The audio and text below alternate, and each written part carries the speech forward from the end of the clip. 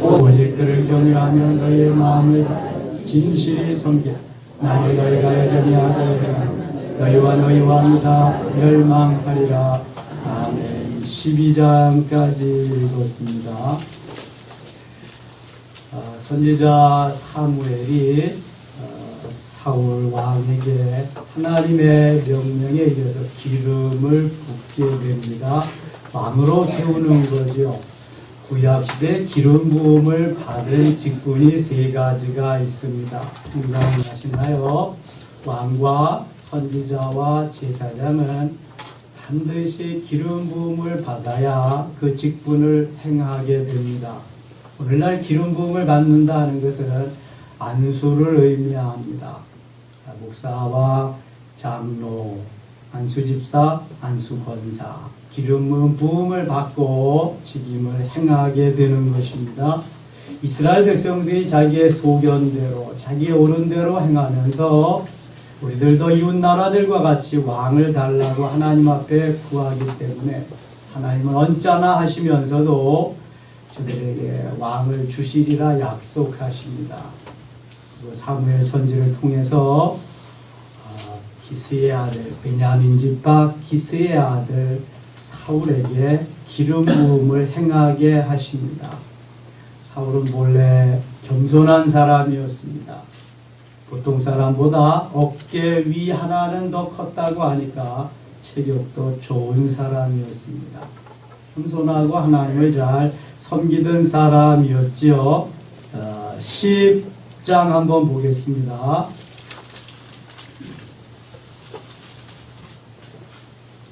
10장 20절 한번 봅니다. 사무엘이 이에 이스라엘 모든 지파를 가까이 오게 하였더니 베냐민 지파가 뽑혔고, 베냐민 지파를 그들의 가족별로 가까이 오게 하였더니 마드리의 가족이 뽑혔고, 그 중에서 기스의 아들 사울이 뽑혔으나 그를 찾아도 찾지 못한지라. 사울, 신약시대의 사울과 구약시대의 사울을 착각하시면 안 됩니다.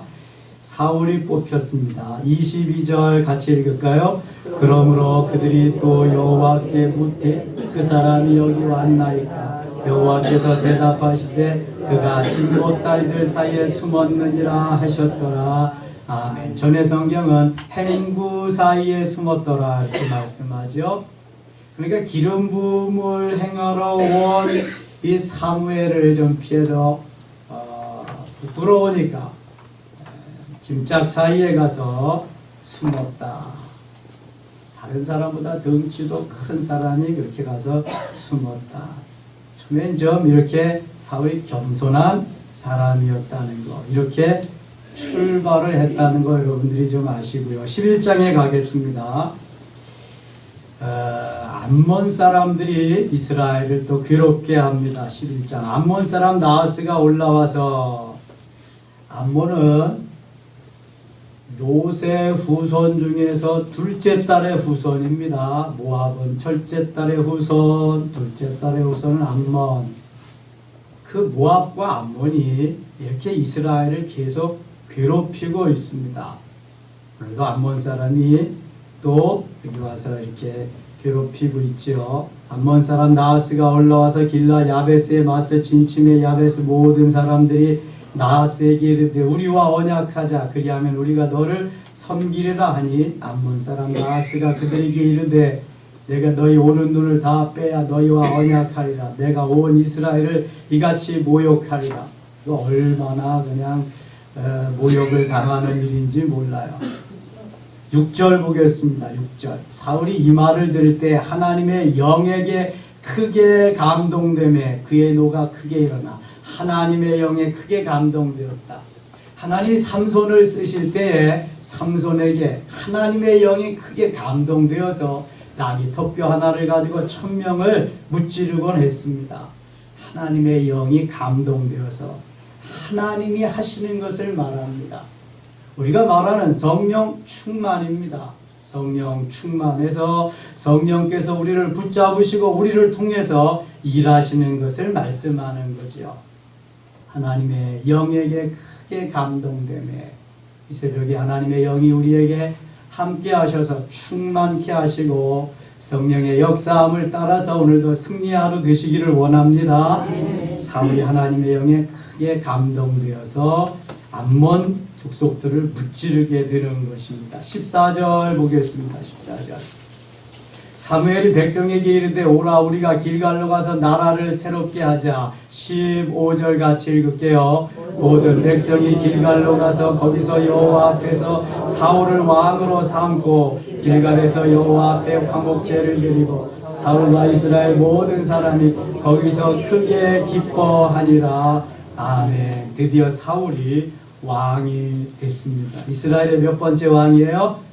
첫 번째 왕이에요. 지금까지는 왕이 없던 시절, 하나님이 왕으로서 이스라엘을 다스리던 시절인데 보이는 왕이 없었잖아요. 그래서 이웃 나라들과 같이 왕을 세워달라고 그러기에 하나님이 왕을 세우시는 거예요. 왕의 왕정 제도가 수립되기 이전에 누가 이스라엘을 다스렸어요? 사사들. 네, 잊지 마시고요. 12장에 가겠습니다.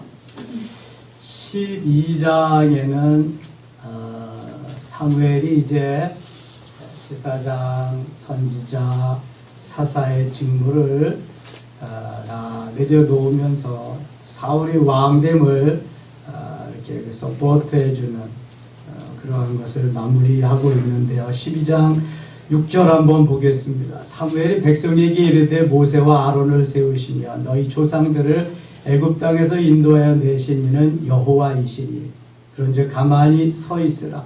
여호와께서 너희와 너희 조상들에게 행하신 모든 공의로운 일에 대하여 내가 여호와 앞에서 너희와 담론하리라. 야곱이 애굽에 들어간 후 너희 조상들이 여호와께 부르짖으며 여호와께서 모세와 아론을 보내사 그 두 사람으로 너희 조상들을 애굽에서 인도해 내어 이곳에 살게 하셨으나 그들이 그들의 하나님 여호와를 잊은지라. 이 여호와 하나님을 잊으면 어떻게 해요? 여호와께서 그들을 하솔 군사령관 시스라의 손과 블레셋 사람들의 손과 모압 왕의 손에 넘기셨더니 그들이 저희를 치네. 넘기시면은요, 붙여주시면은요, 그거는 끝나는 거예요. 근데 적군에게 넘기시고 적군에게 붙여주시면 아군은 우리 편은 살 길이 없어요. 우리 편에 붙여주셔야 되는데 여호와를 잊고 하나님을 떠나고 우상을 섬기니까 적군에게 넘겨주신 오죽하면 그러겠어요, 여러분. 10절 같이 읽을게요.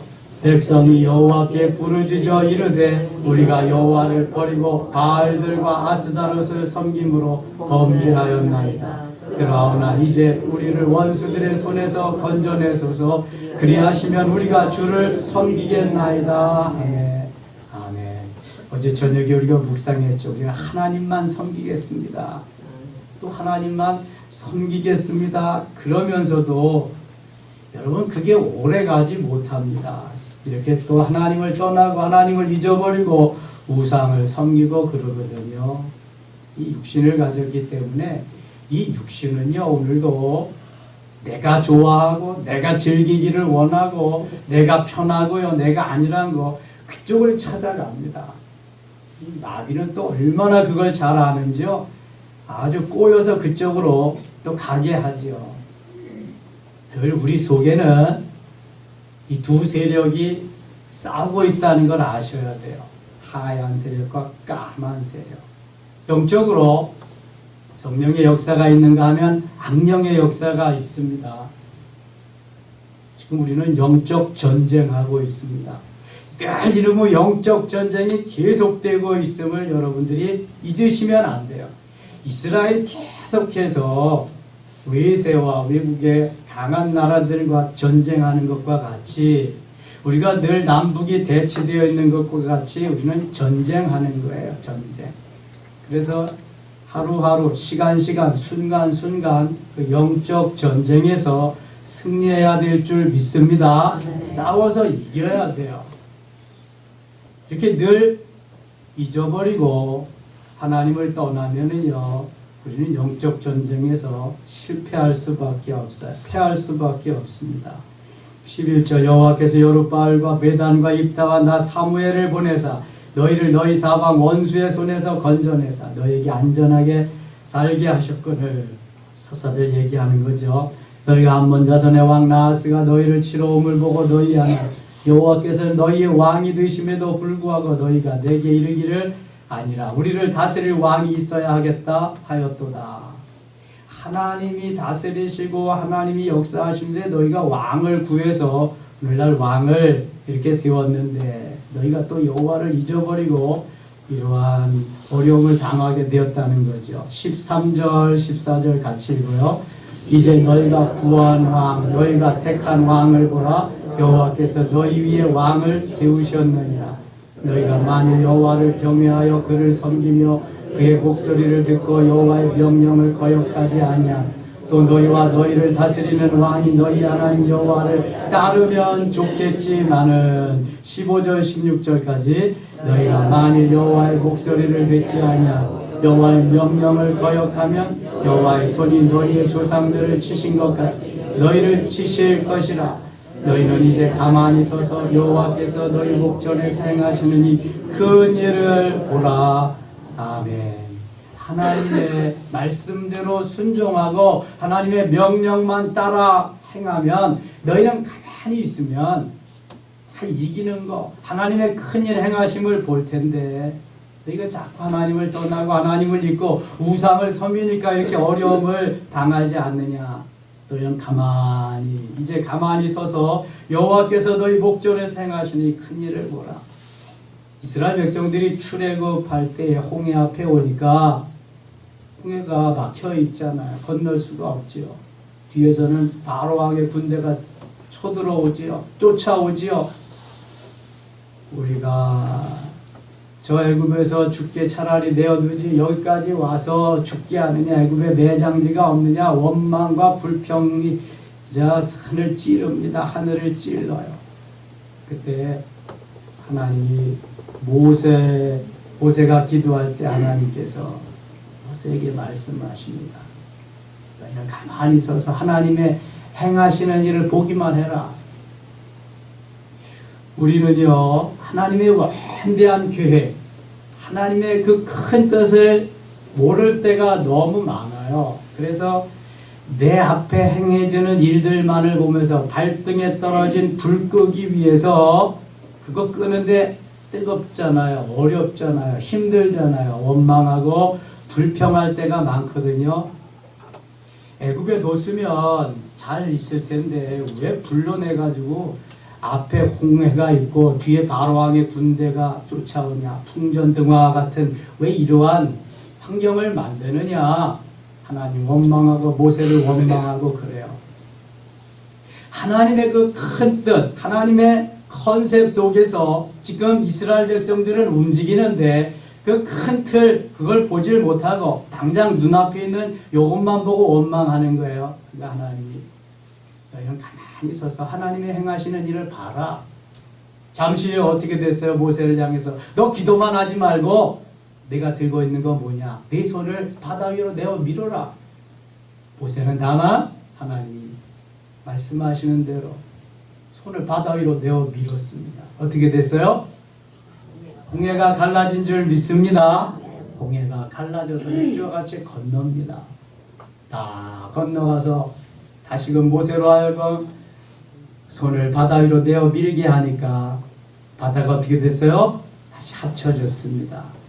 여러분 출애굽할 때 이스라엘 백성들 60만 여인들 아이들 포함해서 200 내지 300만은 정말 멋진 수족관 구경했을 거예요. 그렇죠? 좌우에 물이 있는데 거기 별별 고기들 다 있을 거 아니에요. 수족관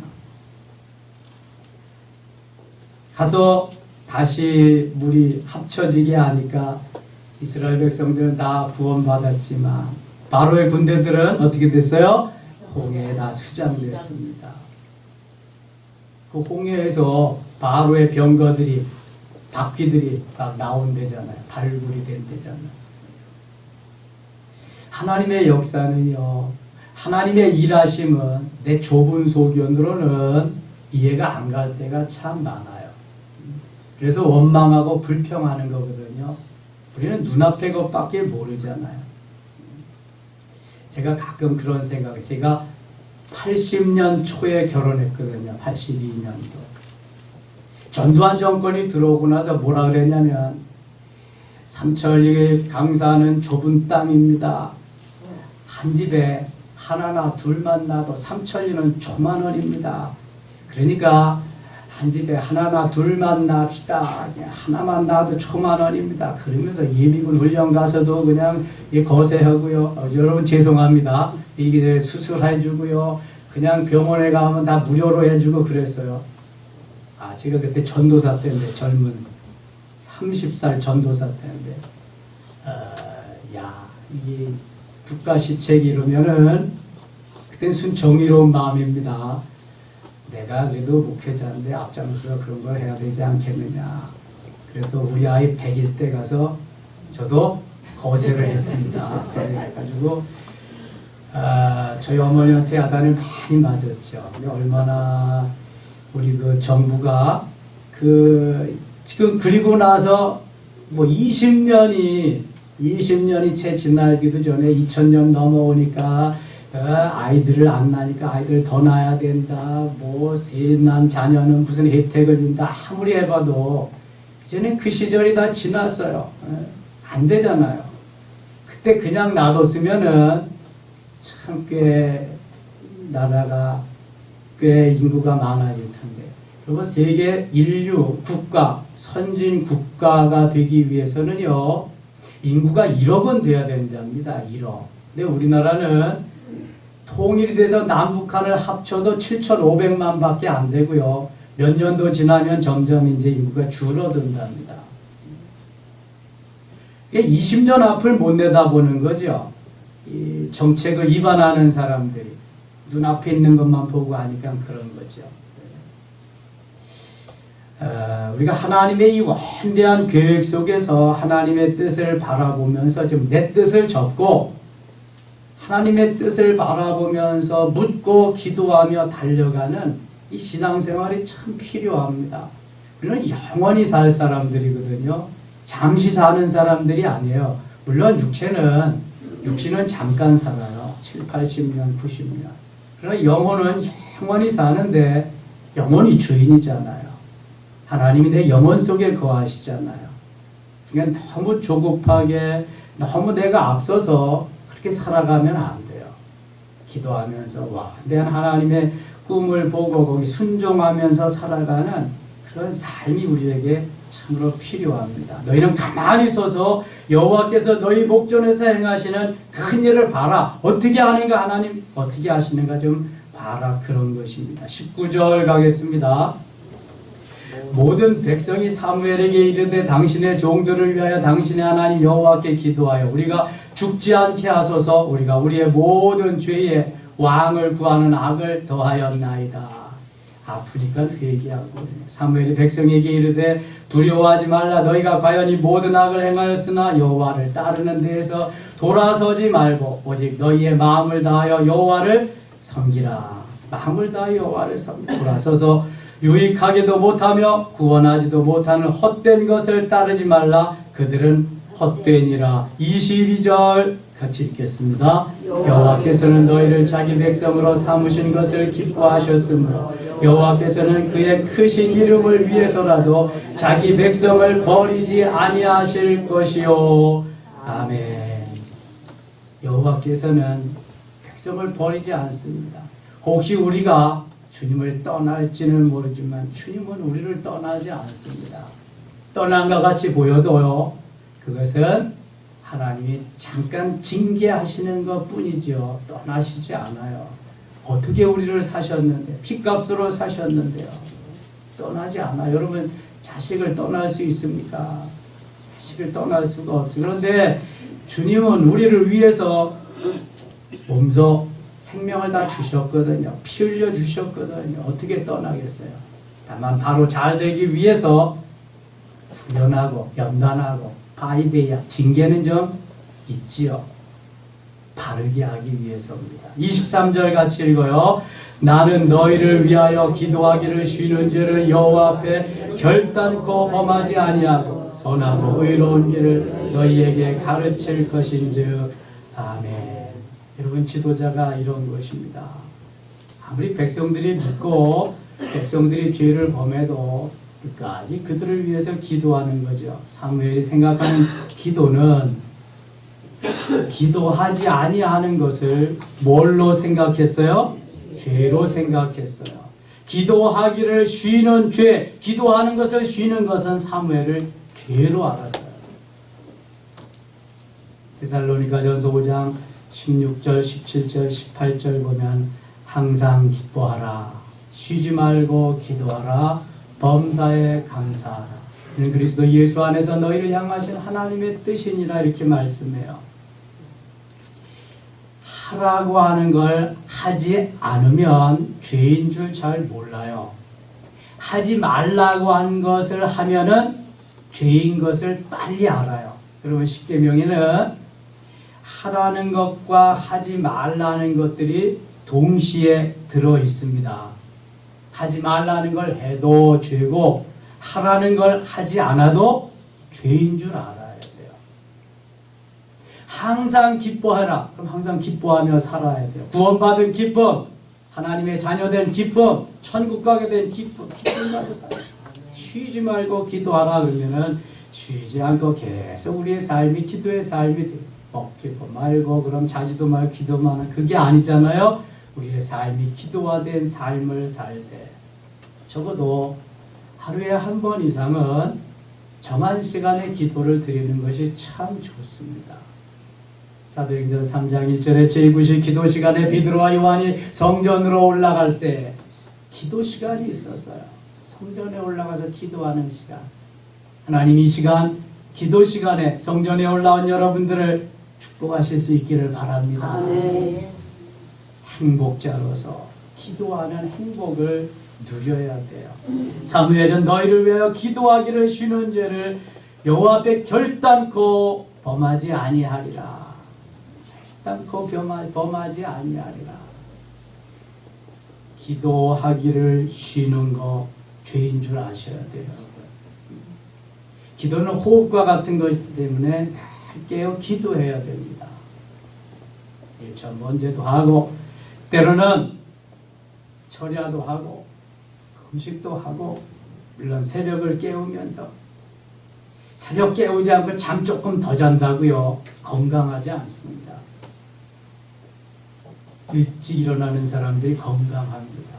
일찍 일어나는 사람들이 새벽형 사람들이 뭔가를 합니다. 여러분. 잘 깨우셨어요.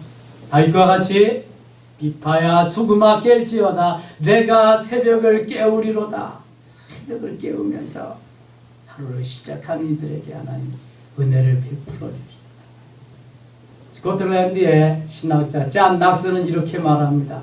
기도하는 한 사람이 기도하지 않는 한 국가보다 낫다. 기도하지 않는 한 국가보다 기도하는 한 사람이 얼마나 중요한지 몰라요. 요셉 한 사람이 이스라엘을 구원하는 것을 보세요. 멋있는 기도의 사람, 영성으로 형성된 그러한 사람, 그 한 사람이 중요합니다. 주기철 목사님 같은, 손양원 목사님 같은, 한경직 목사님 같은 이런 한 분이 중요해요. 조만식 장로님과 같은 이러한 분이 참 중요하거든요. 조선시대 황희정 스님과 같은 이러한 총리감이 중요하잖아요. 총리감이 없어서 그냥 헤매고 이러는. 그분 그때 예수 안 믿어서 몰랐어요. 예. 예수 그리스도 안에서 예수 그리스도와 함께하는 참으로 기도하는 그러한 분들, 이러한 분들이 지도자가 되면은 그래도 하나님께서 그를 통해서 역사하는 힘이 더 클 것이다. 그런데 변질되지 말아야 돼요. 하나님의 사람은 하나님의 뜻에 올곧게 해야지. 이 사람도 좋게 하고 저 사람도 좋게 해야 되니까 가서 부처에 가서도 절하고 천주교 가서도 절하고 그러면 안 된다는 말이지. 변절되지 않고 기도하는 그 사람, 하나님 그런 사람을 원하는 거예요. 24절 너희는 여호와께서 너희를 위하여 행하신 그 큰 일을 생각하여 오직 그를 경외하며 너희의 마음을 다하여 진실히 섬기라. 25절 같이 읽겠습니다. 만일 너희가 여전히 악을 행하면 너희와 너희 왕이 다 멸망하리라. 아멘. 새벽 하나님 우리를 부르셨습니다. 기도하기 위해서 주님 앞에 나왔습니다. 기도하기를 쉬는 데는 하나님이 기뻐하지 않습니다.